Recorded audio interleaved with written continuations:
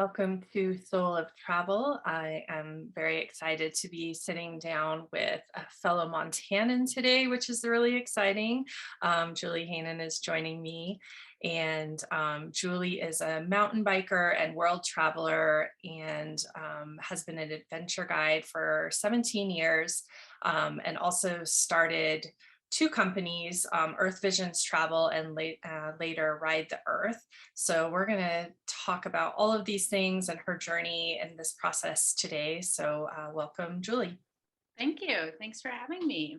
And Julie is another one of these fun serendipitous connections in my life. I think we just kept seeing each other posting either on Instagram or LinkedIn. I'm not really sure where. And I just remember thinking, wait, who's this other kind of adventure travel woman in Montana, which always speaks to my heart. And so we just reached out to each other probably, I think, a little over a year ago, actually, and had a great initial conversation and decided that we wanted to bring it to this space. So I'm really grateful that you're here to do that.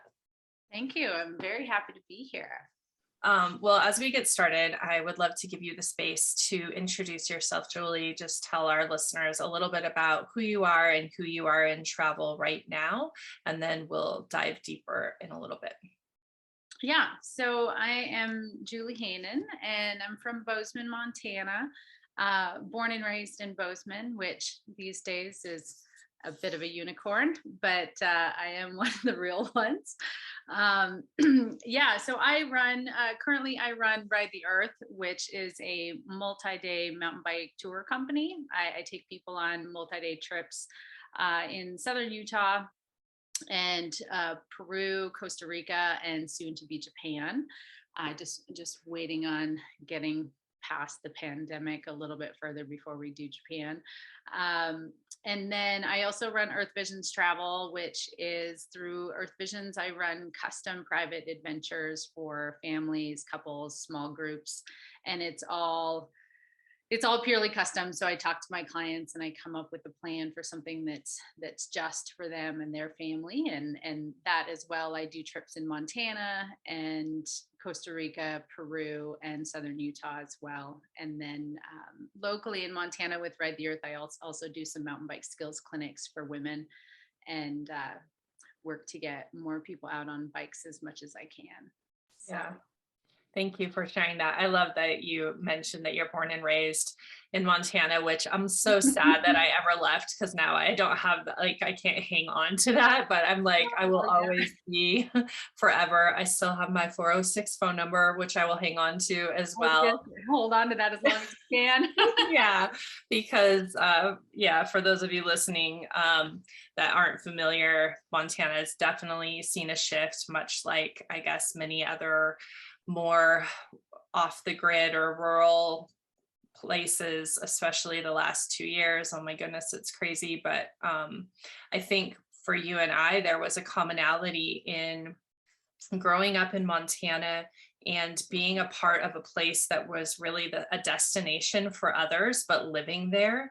And I think this will probably come up later, but like how that shaped our view of tourism and how we wanted to engage in community and things like that. So let's start a little bit about your background, kind of where travel found you growing up in Bozeman. And I know like you really began traveling after college, but let's walk through that part of your journey. Yeah. So, so growing up in Bozeman, after high school, when I kind of started really getting into the travel industry, well, I should back up. I really discovered a love for travel after high school. I think growing up, I had a little bit of a wanderlust. I think in Montana at the time, I felt very away from the world. We were kind of in is this little nook of the States where, fairly rural.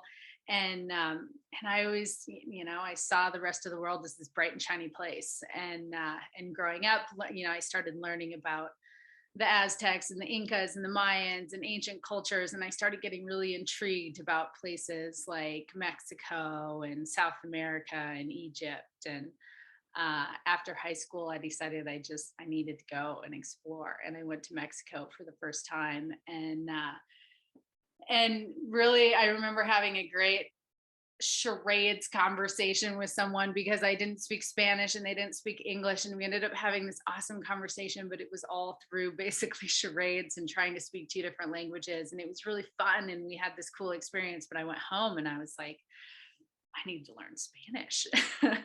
And so in college, I decided to do a study abroad, and I went and I moved to Chile for a year because in Montana, we have quite a bit of diversity in Montana now, but compared to when I was younger, there really wasn't much.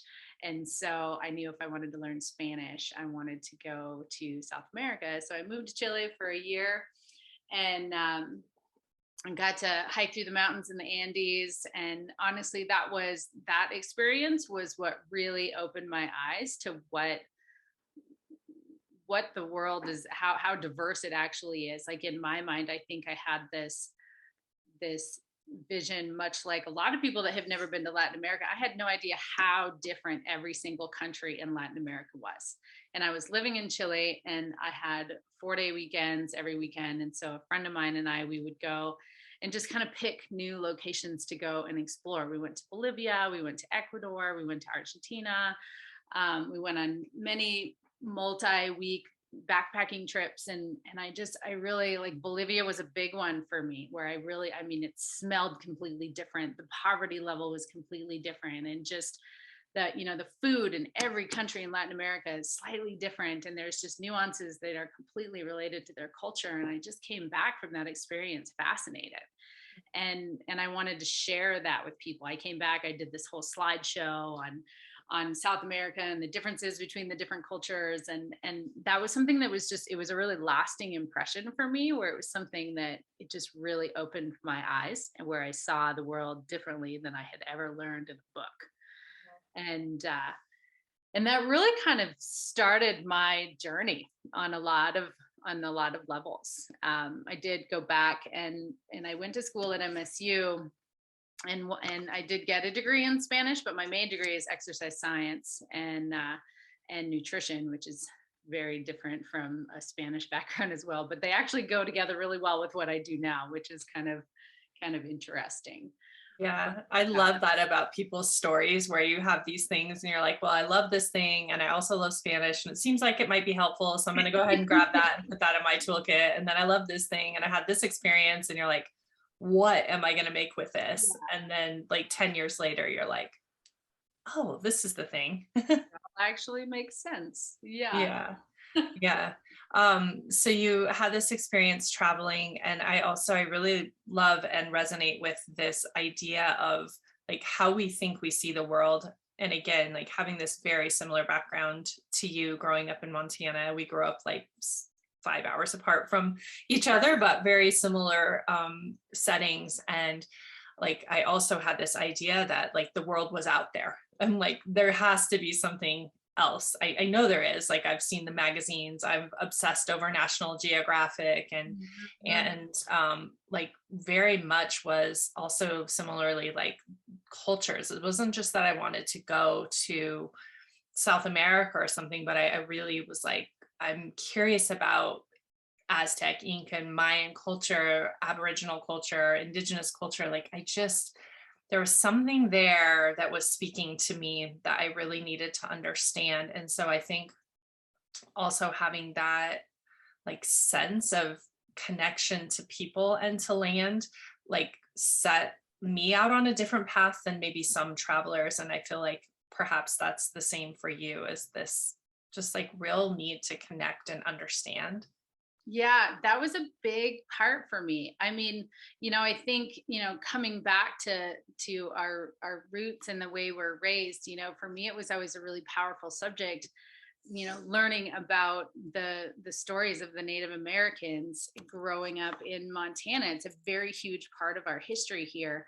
And so as I learned about indigenous cultures in other countries, it was something that was very fascinating to me, and actually I've had some really amazing experiences in Costa Rica, where the timeline where the indigenous people are fighting for certain rights is happening it's more fresh than it is in our country, where it's a little bit, the stories are a little bit older, and a lot more change has happened. And so these types of things really fascinated me. A lot of it had to do with getting to know people. It was, I'll never forget one conversation I had with this I was in the salt flats in Bolivia, and we were doing this multi-day Jeep tour. And this was back when I was in college, and I was still kind of just exploring the place. And we picked up this woman who needed a ride across the salt flat.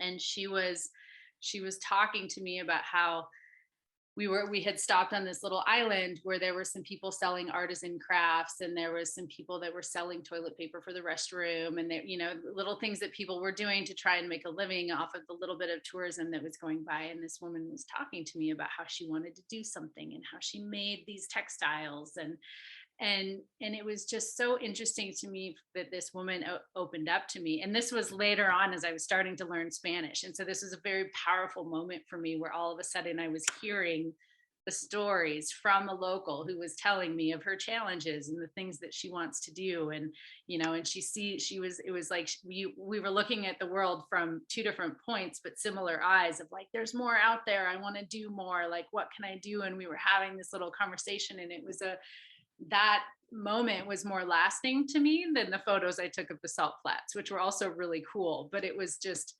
it was really powerful for me to just sit and actually have someone share some of their stories with me. I agree. I feel like those things that kind of fit within me that I carry forward are those conversations. And especially when you really get to that point where it's not a superficial conversation, where someone's really opening up and sharing, and then you have a moment where you have a shared experience of a similar passion or purpose, or just a similar-ish experience, which is really unifying. But then you also get to hear these differences in our lives and understand. And like, as I was reflecting on my travel history, those were always the moments that I'm like, oh, that thing, and then that one, and then that one. And really, as I set out to create my company, I was like, what if we did that? Like, what if that didn't just happen once on a trip, but what if we created a whole trip around trying to facilitate those deeper connections? And I think, again, I think that shows up in how you create your experiences. While mountain biking is a huge part of what you're doing, there's always this layer in your mind of how you want people to connect to a place. Absolutely. Before we get there, I wanted to talk a little bit more about, so you've traveled, you've come back to the US, and I know that you kind of had a few moments that put you on this trajectory towards tourism. And I don't know if you want to talk about either. I have a note about a serendipitous moment at an import store in Ohio, which I love that's my note. I feel like that's the greatest caption ever. If you wanted to maybe share that, and we can see how that moves you along. Yeah. So I really, I do think that my story very much hinges on an incredibly serendipitous moment that happened to me. And I think that there's, in all honesty, a lot of serendipitous moments happen in my life, but this was a really big one. And it was so in my face that, well, I'll just tell you the story. So essentially, after I was living in Chile, I moved back to Montana and finished out my degree. And while I was doing my last couple of years of college, I did do some team building. I did like an internship with a team building program where I was doing leadership development work. And then I was also a part of what was called expeditions, where we would take incoming freshmen on backpacking trips, mountain biking trips. We did a couple ski trips and things. And I was a guide for that. And I guess I was just kind of like putting some of the building blocks in place for what was going to come next. And as I was getting ready to graduate, it was Christmas vacation, and I was going to visit a friend in Ohio. And a week before I left, I was on campus and ran into somebody that I knew that was asking me, oh, you're graduating this year. What are you going to do when you graduate? and it was like in that very moment, the idea came to me, and I said, I think I want to go guide in Costa Rica. And I don't even know where Costa Rica came from. I'd kind of heard of Costa Rica when I was living in Chile, but I didn't really know anything about the country. I just knew that it was tropical and that it was warm and it sounded like a neat place to go. And so it was like I just pulled it out of the ether and said, yeah, I think this is what I want to do.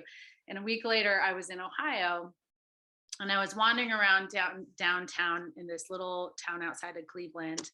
And I walked into an import store that had all these import goods from Thailand. And I was walking around looking at things, and this man in the store approached me. And he obviously pegged me for someone that didn't live in this small town in Montana. I think it had to do with my Gore-Tex trail runners and my Patagonia and whatnot. And he's like, where are you from? You're not from here. And I said, oh, I'm from Montana. And we got into this conversation about skiing and biking and hiking in the mountains and all this stuff. And yeah, so we were talking, and we probably talked for about 20-30 minutes, something like that. And towards the end of the conversation, all of a sudden he handed me a business card and said, I'm looking for an adventure guide in Costa Rica this summer. If you think you'd be interested, I think you would be perfect for the job. And I pretty much had to pick my job off the floor. And just, it was one of those moments where it was like so many things just clicked at the same time. And so I went and I looked at the website, and it was exactly what I was looking for. And so I ended up going to Costa Rica that summer and guiding all summer. And then they ended up offering me a full-time year-round position. And I started, it was basically the kickoff to me guiding internationally, and really was the kickoff to getting in the travel industry for me. But it really did start with this kind of powerful moment where it was like I just threw it out there, and a week later it was just dropped into my lap. And it was, I don't know, in a way, I guess I've always kind of felt that it was almost like a destined moment or something. Yeah, but I like to call it serendipity. yeah, I love it. That's also one of my favorite words, so we can call it that. I think that's so amazing, and I think there's such I don't know. I really believe in the power of the universe to do something like that, to just be like, Costa Rica. You're like, Costa Rica, that's what I'm doing. Yes, that's what I'm gonna do. And then just to have it show up, I think it really is amazing. And I think that process of trusting that is something that's so important, and I think becomes really important as you, probably for you too, I know in my own trajectory, as you become an entrepreneur, to like, you'll hear these things and sometimes you're like, oh, that one's gotta be crazy. and then it just like keeps coming up, and you're like, okay, let's like, this is the next thing, I guess this is what we're going to do. Or just as these things line up, and you kind of can't shake the magic of them. Like, you realize, like, it doesn't happen to everyone that one week you magically think of this country you've kind of heard of, and the next week someone offers you your dream job there. Like, there's just something about that energy swirling around you that is such an amazing place to be. It is. It even like still gives me a little chills right now, just hearing you kind of replay it a little bit. Yeah. Because I agree. I think there are moments like that that are so powerful, and they just, when they present themselves to you, you should grab them. Yeah, absolutely. I would definitely say, I will second that, is like, don't let reason jump in there and hijack your magic. Yes, that's a really good way of putting it. Because I'm definitely, I think I was a natural hijacker of magic early in my life, and so I think we all do that, right? We let our minds get in the way. It's that little voice that comes in and says, well, what about this, and what about that, and have you thought about this, and have you thought about that? And it's like, well, but it's all just sitting here and waiting for me to take a step forward. Sometimes you just have to take those steps forward. Mm-hmm. Yeah, definitely. So you worked there, you mentioned you were there for several years, and this was really the catalyst. So how did you end up coming back to Montana and, kind of begin creating your own company? Yeah, Yeah, so it was really an element of timing that happened. I worked for this company year round for many years, and I ended up doing kind of many different elements of work for them. I would guide for them. I would help design trips. I went on the road and I did sales, and I kind of did a variety of different things for them. But then it really got to a point where at the time in that company, the sort of the trajectory where I was headed, I was part-time based in Ohio, and then I was guiding in Costa Rica, where I was getting to go to all these amazing places, but they really wanted me to do some more administrative work, which at the time I wasn't ready. I wasn't ready to move in that direction 100%. And really it was like we just kind of reached a point in time where it was like it was time for me to go do something else, and I wasn't sure what that something else was. And so I decided to move back to Montana, and I felt like once I got back to Montana, I could kind of regroup, get my feet on the ground, and decide what my next move was. And and so I did. And when I came back to Montana, um, I essentially it didn't take long that I started having people reach out to me and say, hey, I'm going to Costa Rica, or I know someone who's going to Costa Rica. I hear you know a lot about it. Could you help us plan our vacation? And this kind of goes back around to what we were talking about the elements of how we're brought up and where we live, and that makes us who we are today. And growing up in Bozeman was always kind of one of these places where there are so many amazing things to do here. And my whole life, I've watched tourists come into Bozeman and go to Yellowstone Park and go to kind of these key places. And those are the places that me, as someone who lives here, I never go to those places. I mean, I go to Yellowstone when people come to visit. You have to take people to Yellowstone because it's so amazing. But there's all these other incredible places that are so cool that aren't necessarily, they might be in guidebooks now and whatnot, but it was just, there were so many places that were, what we would sort of coin off the beaten path, right? And so that was always really, like when I lived in Chile, that was how I traveled around. I would kind of look at a map and be like, okay, we're going to go to this little place. Now, what else is there? You'd read through the Lonely Planet and then start, filtering through the lines, like, but what else is there? What else is there? You start to talk to people, but what else is there? And so that was really a style of travel for me. And so as people started coming to me and saying, oh, I want to go to Costa Rica. Well, when I was guiding down there, I would always stay for an extra month or so. And I would go live with friends in this small town that are now like family to me. And I would go to all these other little places that weren't necessarily sort of that common place you would go to. And so I started just helping people design their vacations, and it really just kind of created itself in a way, but it was always deeply rooted in just kind of how I see travel.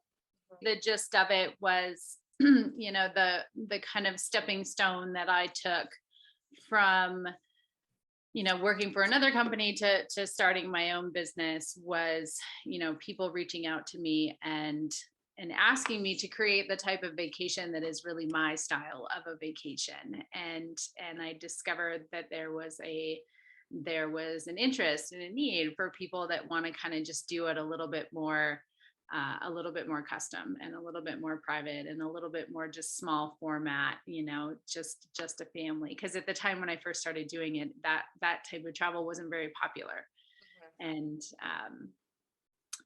But it was really sort of the avenue that brought me into being an entrepreneur and starting my own business, which originally wasn't something that was a goal of mine. It was almost more like it was presented to me. And then I walked into it. Yeah. So just kind of kept going. And then I've discovered that it is something that, truly is what makes me feel alive on a lot of levels. So Yeah, I love that. Again, it's kind of like, I mean, no entrepreneur really wants to hear that your business was handed to you when they like struggle to create something. But at the same time, like, it's so amazing when that happens.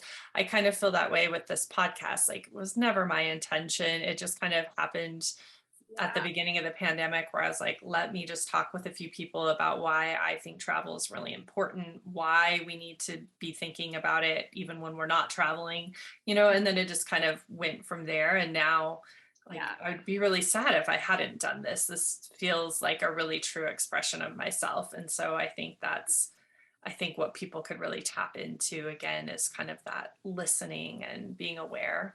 Yeah. Well, and I always think it has to do with, if you're taking steps forward that are true to who you are as a person, you're going to find the synergy with where you want to be going. Like I've honestly in my life I've used this metaphor many times, which is going to sound really cheesy, but I remember when you and I talked before, we talked about how we grew up watching like Indiana Jones, and I always think about that moment. I think it's Indiana Jones in the Last Crusade where he's looking for the Holy Grail, or it's Indiana Jones and the Holy Grail. I don't know, but he's on the edge of this cliff and there's nothing there, and he needs to make this like faithful step forward. And as he makes that step forward, the bridge just appears, and it's sort of an image that has resonated with me multiple times, because I feel like there have been times where it's like I feel like I need to go in this certain direction, and as an entrepreneur you don't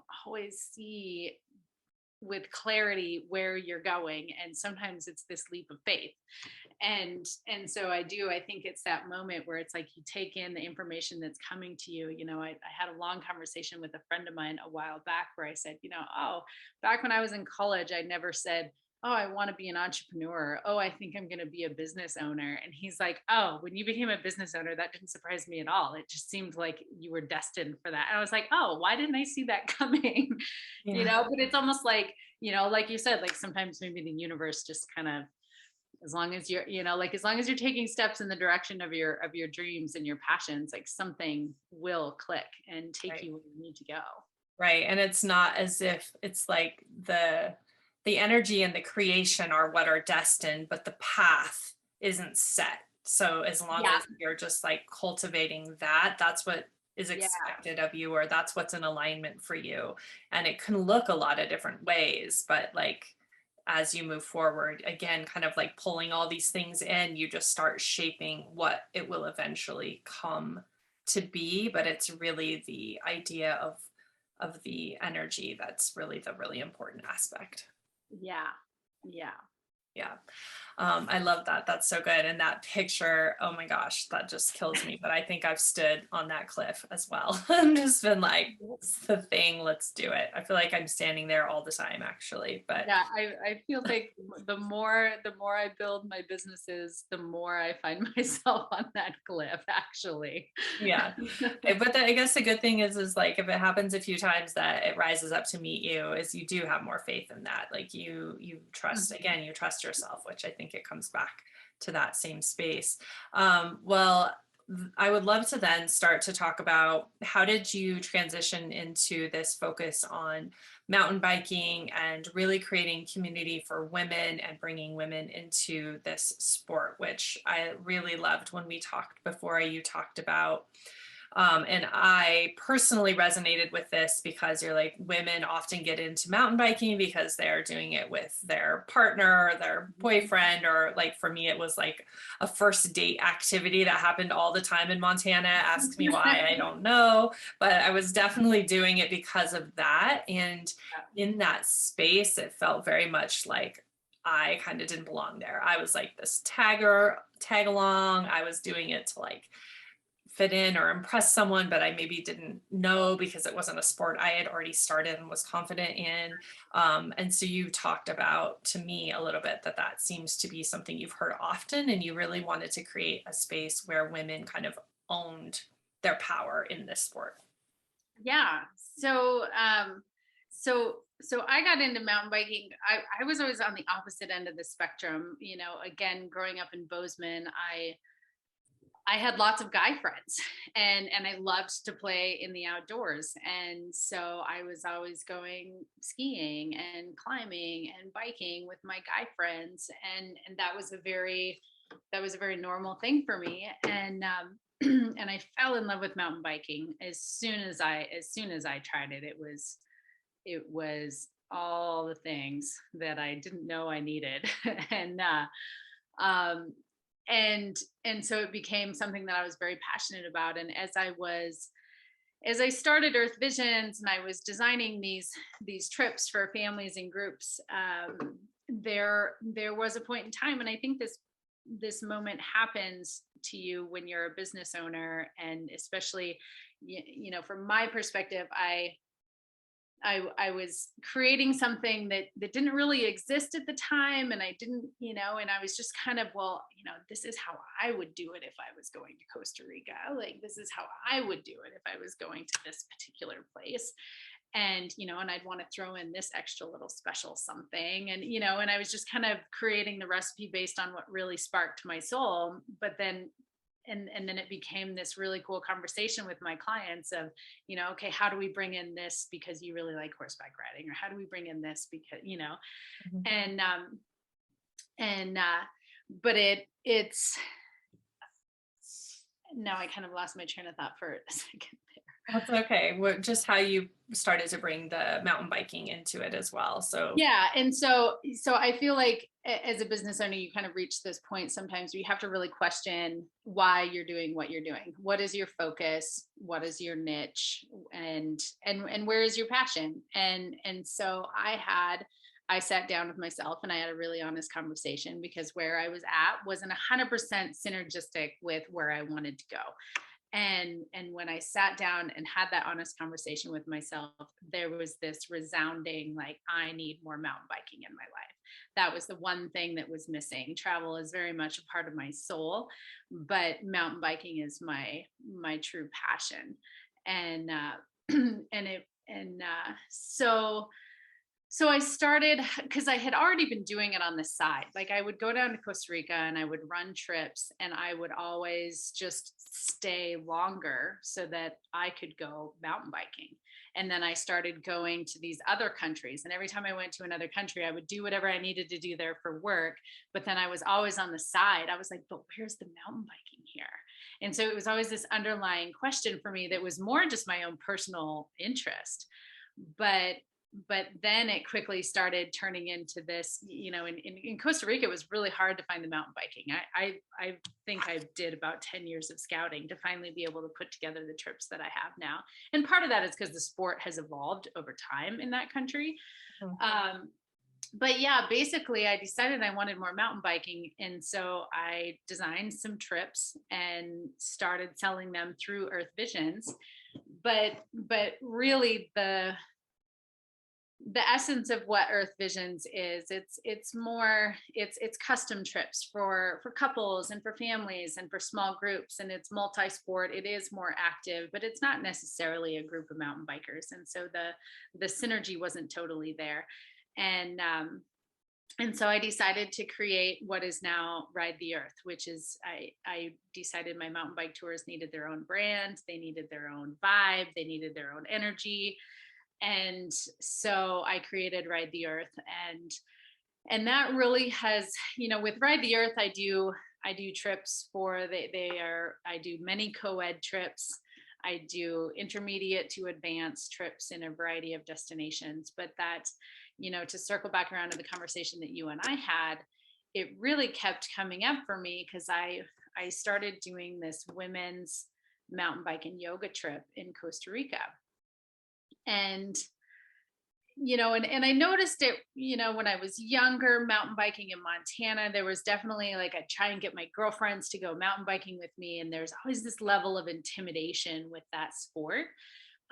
There's a lot of ego involved in it that has evolved over time, but there is some level of that within the sport, and it can be very intimidating. And so, I started having these conversations about the women that were coming down to this trip in Costa Rica with me, and there was a common theme that was, in general, they loved biking, and they really loved this experience in Costa Rica because there was nobody pushing them to try harder, to ride something that was way outside of their comfort zone. And and a lot of them, their main biking partner was their partner, their husband or their boyfriend or something, and which was, and the other person is usually a male.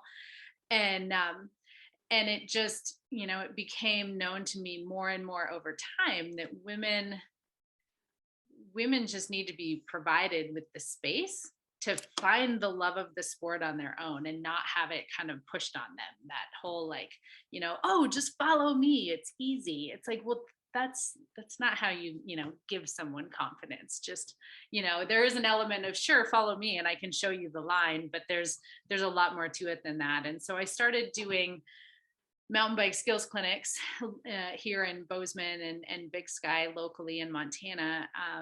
And initially I really wanted to do it here in Montana because of growing up here and recognizing that there's so many active people here, but again, that dynamic is a very real dynamic that still exists. And so it's kind of become a goal of mine to provide an opportunity to get more women out on bikes and show them that they are competent on their own two wheels, and that that they can then go and ride with their girlfriends or ride with their boyfriend and have more fun and not have to just walk the hard sections and try and run and catch up, because that's not as fun. Yeah, definitely. That takes some of the joy out of it. I'm thinking of my best friend that she fell into mountain biking because she has two sons and her husband that do it. And I was like, oh, this is so surprising for me, like seeing her in this role, but now like she loves it. It brought out a part of her that I don't think she knew existed. And it's definitely that strength and that confidence and that kind of fierceness. And now she is like one of the coaches for the mountain bike team. And she is also part of a mountain biking organization in Utah where, she's getting encouraging people out. And like, I'm very inspired seeing her as a role model in mountain biking. And so I think it's really valuable to get other women out there and talking about it, and that will bring even more women to the sport or to this as a hobby to just get out there and enjoy it. And I think in terms of travel, it's really interesting too, because the way we travel on a bike, whether it's a mountain bike or a road bike, like you're really connected to the destination. You're literally connected to the earth, and you're moving slow. And it's not like hiking where you're like very immersed. You're moving through it and you can see a lot of things, but you're also very in it. And I wonder for you, like as someone who's traveled a lot in a different ways, what does riding in another country offer you? I mean, for me, there's a lot of sides to that. That's actually a very multi-dimensional question, because there's the element of challenge that goes into mountain biking, and it's just getting up that hill, right? All of the hills that get you to the really fun part. And I personally love the climb as much as the downhill, because that's that place where I'm quiet, I'm in my head, I'm focusing at where I'm going. And I think you worded it really well. When you're in a foreign country, you're in it, you're immersed in it. And that can mean different things. I've had exciting moments in the jungle where I'm on my bike and there's snakes out there, and it's a different head game versus in Montana. Although in Montana, depending on where you're at, you might be thinking about bears too, but there's those elements, there's the wildness of it, but there's also that side of that has always inspired me from the moment that I started mountain biking, is that you can cover so much ground in a day. And, growing up around Bozeman, I would, hike to alpine lakes and things. And it was really amazing. But just the where you can go in a short period of time, or if you want to go for an entire day, the amount of ground you can cover, the amount of landscapes that you can see is really quite amazing and powerful. And I think there's a whole other element of challenge when you take yourself out of your comfort zone. And that can be like for me, mountain biking, there's so many elements of that. It's just the challenge of the technical side of the sport in and of itself that can take you out of your comfort zone. But then, like the example I just used of biking through a dense jungle, that as a Montana girl, that's outside of my comfort zone, much like trying to surf. Um, but I think that's a part of it. There's a freedom to it as well. And so I think for me, it's personal challenge, it's freedom, and then it's that it's a raw way to connect with your natural environment. I think all those things that you just said too are really all of the things that I look for when people talk about wanting to have a powerful travel experience. It's kind of all those things you said, like that challenge, that connection, that vulnerability, and then that rawness, like of really being somewhere.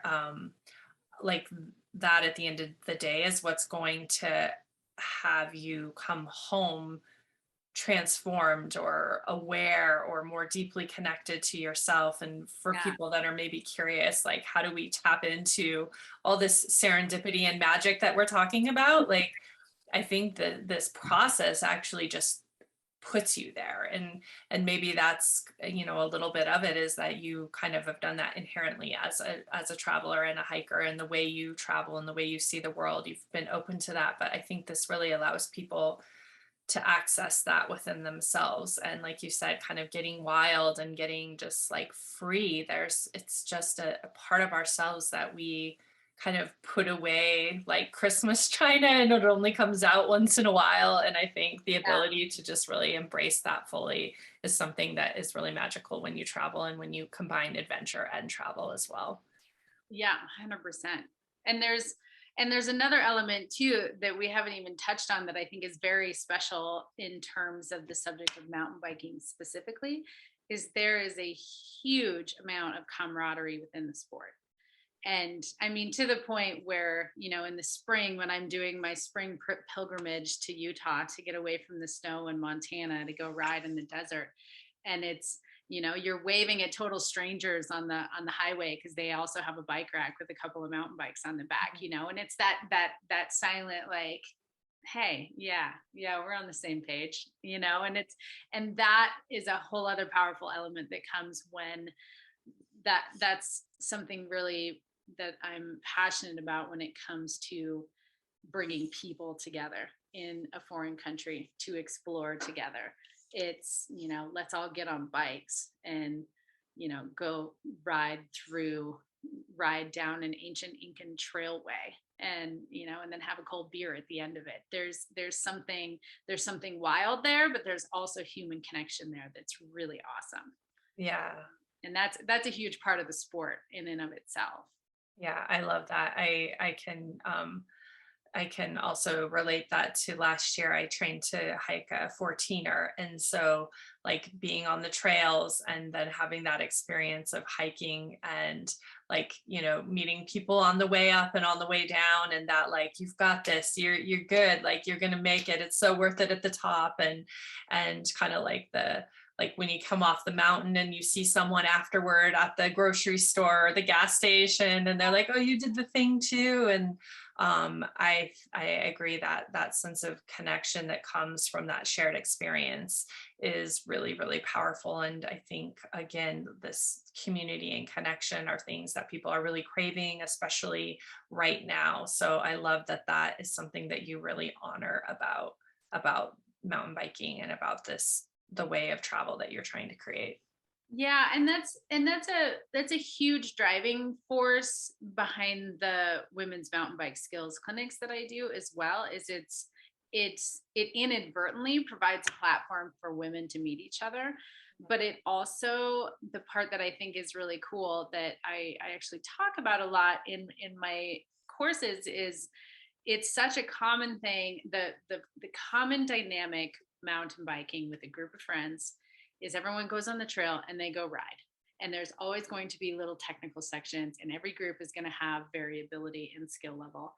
And inevitably it happens that, one or two riders up front will just ride over something technical, and then maybe the couple in the back might try it, put a foot down, get off, walk, get back on and keep going. Somebody might just skip the whole thing. And then every time they do that, they ride it the same way. And this, people might be trying to do it, but they're just trying to come around a corner to hit something technical and expect to get it on the first try. And that's not necessarily how you grow your skills. And the psychology that happens is when you're in the back of the pack, you think everyone is just riding everything and going super fast, and you're the only one back here putting a foot down. And so you can kind of spiral in these directions in your head, when really, when you take a group of people and you go to a technical place on the trail and we'll session it and we'll talk about it and we'll discuss different lines, and people realize that they're scared of the same things, or that they've all walked it for the same reason, and all of a sudden we break it down and we figure out how to ride it, and somebody realizes it's actually been in their wheelhouse the whole time. They just needed a different perspective, or they just needed an opportunity to try and figure it out, because it's really just a little puzzle on the trail. And so that's a big thing for me, is providing this opportunity for people to just expand their comfort zones, think outside the box, and actually give themselves a little bit more credit than they were giving themselves before. Yeah, I really love that, because I think we do that to ourselves. And like you said, if you can't see the people who walked before you, and that's in mountain biking, that's in owning a business, that's in so many things. You only know your experience. You don't know who's around the corner, who's up the next bend or down. We just assume they did it with ease, and we're the only ones that's not getting it right. And then so it's so helpful to bring people together, to break things down, to inspire others to just try things a different way, see things from a new perspective. I feel like there's about 1 million mountain biking to life metaphors that we've come up through. I'm scrolling that in my mind right now. I'm like, gosh, should I write a book? Yeah. Julie's announcing it here first for next serendipitous moment. But yeah, it really is amazing to look at it like that. And I think that's really powerful too, is there's ways that people use metaphors for a reason, is like we can understand that thing and then we can pull it back and we're like, oh, okay, I can see how that relates to this other thing. But it's very teachable. And I think that's again why this kind of travel and community and connection and adventure all help us really grow as people, is because it doesn't just live on that mountain, it lives everywhere. Yeah. And that's, really, that everything that I was just talking about relative to mountain biking in and of itself is a metaphor for travel, right? Mm-hmm. And it's kind of where I see myself more of a facilitator of experiences and less of a tour operator, if you will, mm-hmm. which technically that's what I am, but it's, anyone can go and get on a plane and go somewhere, but putting together the logistics is hard. So I find, I'm more of a catalyst, where I put together the logistics to create this experience for people. But really what ends up happening is people are going outside of their comfort zones, and they're discovering that it's totally in their wheelhouse, or they're just allowing themselves to be comfortable in a space that otherwise would be very stressful. And when you create a comfortable space in an otherwise stressful environment, you allow yourself to just let the information come in. You're more open and you're more receptive. And I think that's when travel becomes really powerful. Yeah. Oh my goodness. Well, I feel like we hit on so many amazing things in this conversation. And as the last time we spoke, I feel like we could just continue to speak forever. But I am going to bring this part of our conversation to an end. Before we move into the rapid fire questions, Julie, if people are interested in your clinic, mountain bike skills clinics, traveling with you, where do they find information about doing all of that? Yeah, so ridetheearth.com is my website, where I do my mountain bike trips and also my skills clinics there. The skills clinics are the Women's Shred Fest in in Copper City and Big Sky, which are both about half hour to an hour outside of Bozeman. And then my custom trips are on earthvisionstravel.com. Excellent. I keep hoping that I'm going to be in Montana at the right time one of these days to do this because I would really love to get back on my mountain bike, which I just ride through the neighborhood with my kids at this point. But I'm like, I feel like I could maybe get confident to do that again. So meeting you has definitely reignited that in myself. Well, I hope it works out. Yeah, and my skills clinics are for all levels. I split everyone up into groups. So there's usually a beginner group, an intermediate group, and a more advanced group. So it's all about kind of putting people in with a pod of folks that are kind of at their levels. So Excellent. yeah. Okay, so rapid fire-ish questions. What is your favorite book or movie that offers you a travel escape or inspires you to adventure? Mm. Ooh, okay. That's a good question. Maybe we'll take Indiana Jones off the table since we already. Yeah, I mean Indiana Jones, I have to say, going back to my childhood roots, Indiana Jones has definitely been an inspiration for me. I even when I first started college, I started as an archaeologist. Oh yeah, I had that. I took yes, sat in that archaeology class as well. Yeah. Yeah. Well, if you think of another one, you can share it later. But what is always in your suitcase or backpack when you travel? Hmm. Uh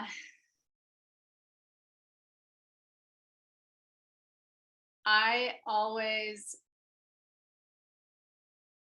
I always have my journal with me because and I don't always journal my stories there, but it is a place where I write down notes. It's where I can log the people that I meet along the way, the connections that happen, and a place where I can quickly jot down memories.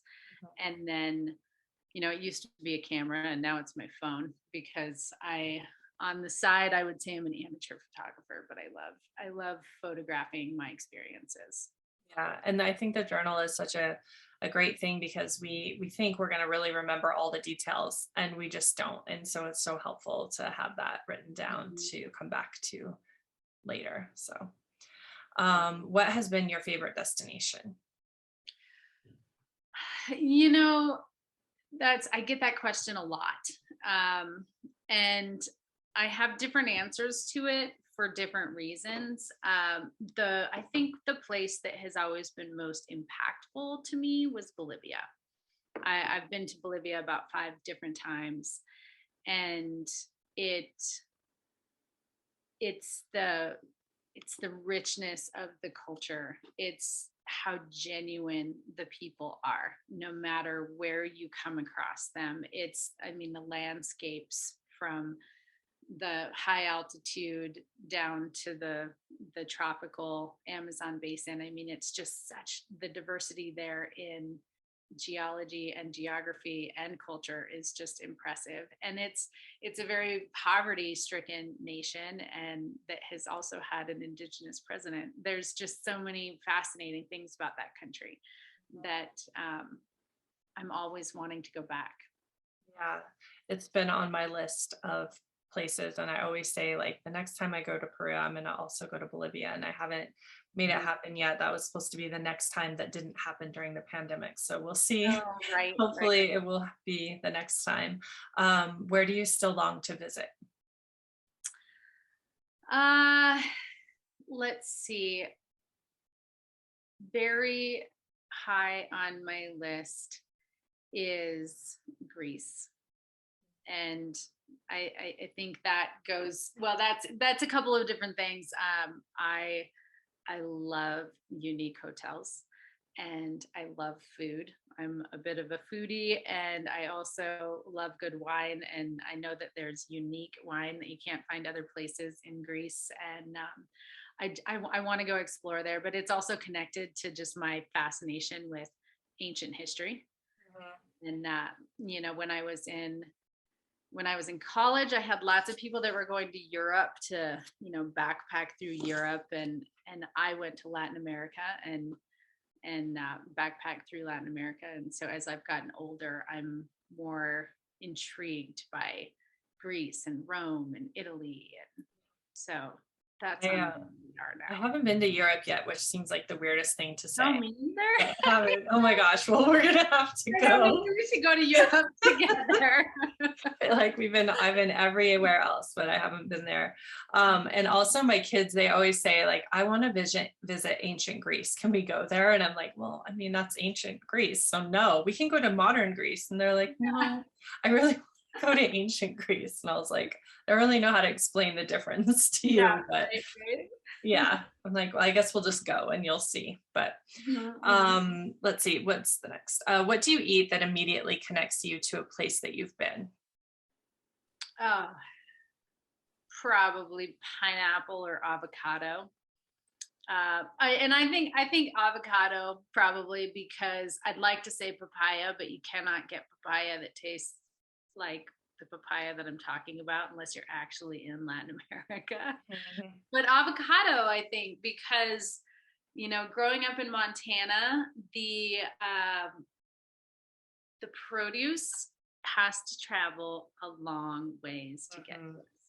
And I will never forget getting to Costa Rica and eating fresh avocado and pineapple and papaya and just the experiencing the richness of that produce.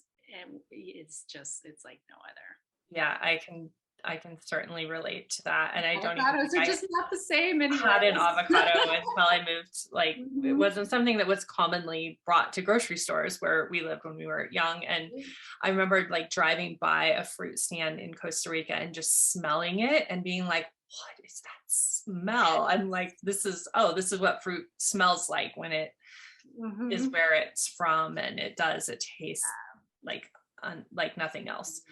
Mhm. Who was the person that encouraged or inspired you to set out and explore the world? Um, my mom in a lot of ways. I had this wanderlust and I would come to her with all these ideas. Now I want to do this. Now I want to do that. And she never squashed my ideas. And when I wanted to move to Chile, her answer was, well, you figure out the logistics and we'll see what we can do, and she always kind of just gave me the platform to keep dreaming, and that if I really believed in it, to make it happen. And I think that was a diving board for me. Yeah, it's really important, I think. The last one, if you could take an adventure with one person, fictional or real, alive or past, who would it be? My husband. Mm, he's, so he's good. my favorite adventure partner, mainly because it's always so full of laughter and he is down for anything and he loves to follow my crazy ideas when I'm like, hey, let's go do this. Yeah. Well, Julie, thank you so much. This has been such a fun conversation. I'm sorry for the technical difficulties that we had, but I think we still managed to get across what I really hope to share. So I appreciate you sharing your journey with us. Absolutely. Thank you for having me. Thank you.